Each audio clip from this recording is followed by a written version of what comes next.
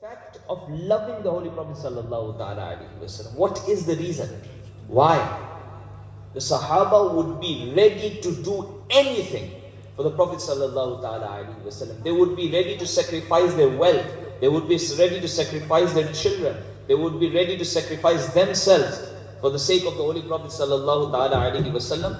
Why was that? What was the reason for that? Why? We hear the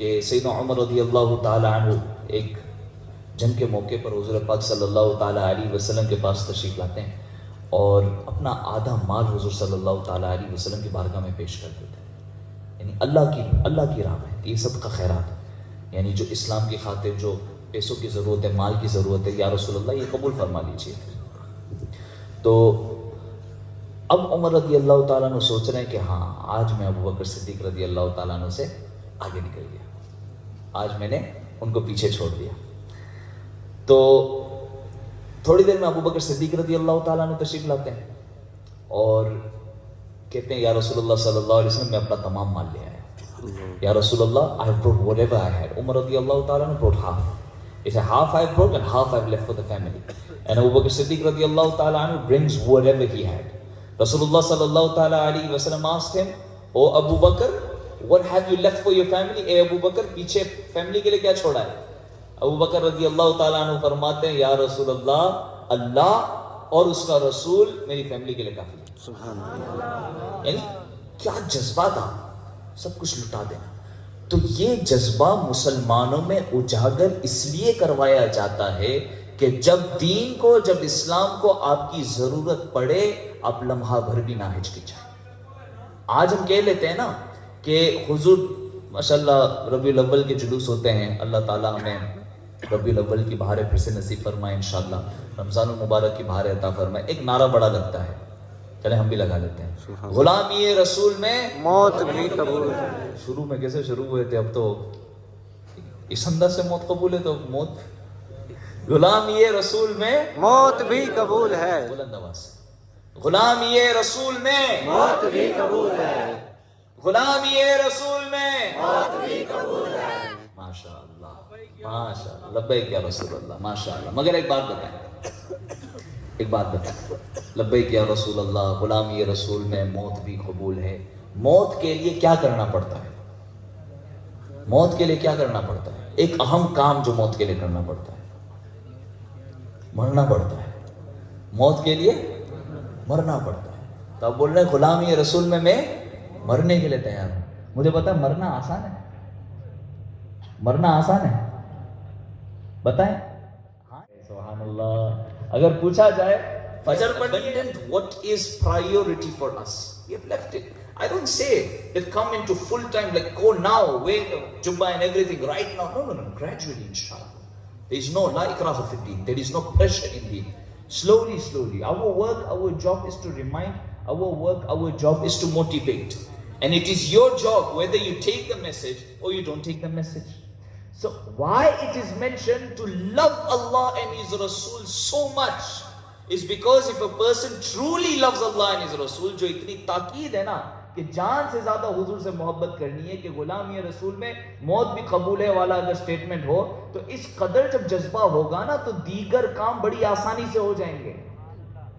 جس شخص کا یہ کیا تعلیم دی ہے اسلام نے، کیا طریقہ کار دیا ہے اسلام نے کہ حضور سے ایسی محبت کرو، اللہ سے ایسی محبت کرو کہ جان دینے کے لیے راضی ہو جاؤ، تاکہ کم از کم جو جان دینے جتنا مشکل نہیں ہے وہ تو ہم کر سکیں۔ مجھے بتائیں دعوت اسلامی والوں کے قافلے جاتے ہیں یا آپ کو بھی بلاتے ہوں گے، چلو بھائی، کس کس کے پاس قافلے والے ہیں بتاؤ ذرا، ہاتھ اٹھا دو، کس کس کے پاس ہیں؟ بلند اٹھا لیں۔ اچھا، کنوں نے قافلے میں سفر کیا ہے؟ اب وہ صرف ہاتھ اٹھائیں۔ کافی کم ہو گئے، کافی کم ہو گئے۔ قافلے میں جانا مشکل ہے یا مرنا مشکل ہے؟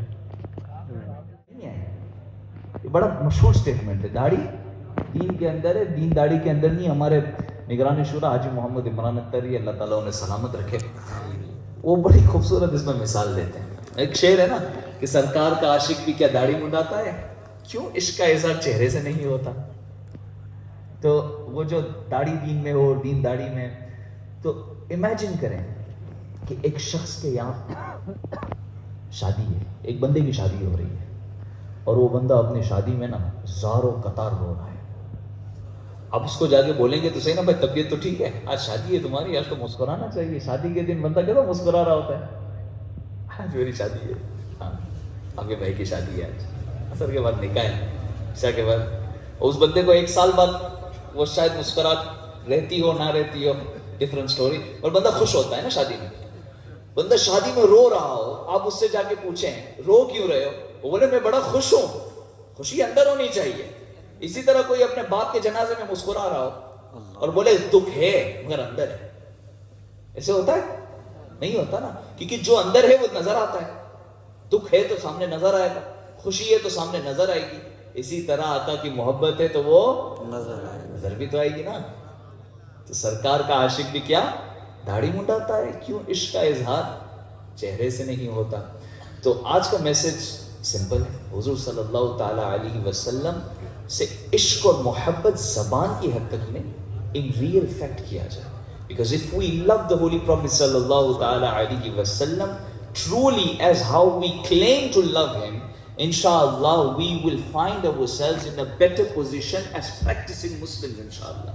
اب دیکھیں, اگر آپ اس دعوے پہ واقعی عمل کرنے کی کوشش کریں گے نا, آپ کے لیے آپ کے فرائض بڑے آسان ہو جائیں گے, واجبات بڑے آسان ہو جائیں گے, سنتوں پر عمل کرنا بڑا آسان ہو جائے گا, ایک فکر لگی رہے گی, ایک جذبہ ملتا رہے گا. مگر ہوتا یہ ہے کہ عموماً یاد دلانا مومنوں کو نفع پہنچاتا ہے.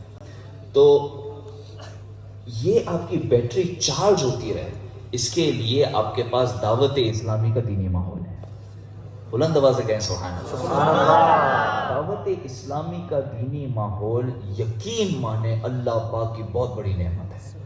یعنی یہ وہ ماحول ہے جس میں آپ کو آقا صلی اللہ تعالی علیہ وسلم کی سیرت کے حوالے سے درس ملے گا, آقا کی سنتوں کے حوالے سے درس ملے گا, اللہ سبحانہ و تعالی کی وحدانیت کے حوالے سے درس ملے گا, اس پر کیا عقیدہ ہونا چاہیے درس ملے گا, ملائکہ کے حوالے سے کیا عقائد ہونے چاہیے یہ درس ملے گا. یہاں اگر ہم پوچھ لیں کہ 10 انبیاء کرام کے نام بتا دیں, شاید حضرت محمد صلی اللہ علیہ وسلم, آدم علیہ السلام, ابراہیم علیہ السلام, موسیٰ علیہ السلام پر رک جائیں گے. اللہ جو سیکھا اس پر عمل کرنے کی توفیق عطا فرما. اے اللہ عز و جل نمازوں کی پابندی